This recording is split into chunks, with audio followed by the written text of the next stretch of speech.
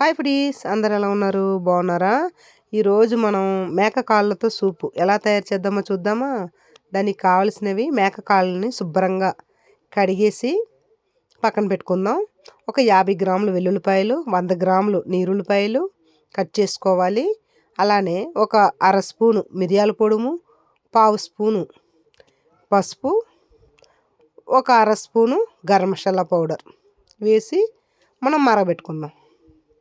ఇది మనకి 10 విజిల్స్ రావాలి. ఒక స్పూను సాల్ట్ వేసుకొని ఒకసారి కలుపుకుందాం. 10 విజిల్స్ వచ్చేటట్టుగా మనం విజిల్స్ పెట్టేద్దాం.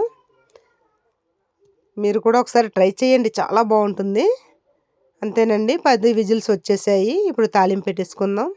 దానికి కావాల్సింది కొద్దిగా కొత్తిమీర, కొద్దిగా పుదీనా, కొద్దిగా కరివేపాకు, చిన్న సైజు ఉల్లిపాయ నైస్గా కట్ చేసుకోవాలి. లైట్గా బాణలిలో ఆయిల్ వేసుకుందాం. ఆయిల్ వేసుకొని అవన్నీ వేయించుకుందాం. వేగేయండి. ఇప్పుడు మనం తాలింపు పెట్టేసుకుందాం. అంతేనండి, టేస్టీగా ఎంతో రుచిగా ఉండే మేక కాళ్ళ సూప్ రెడీ.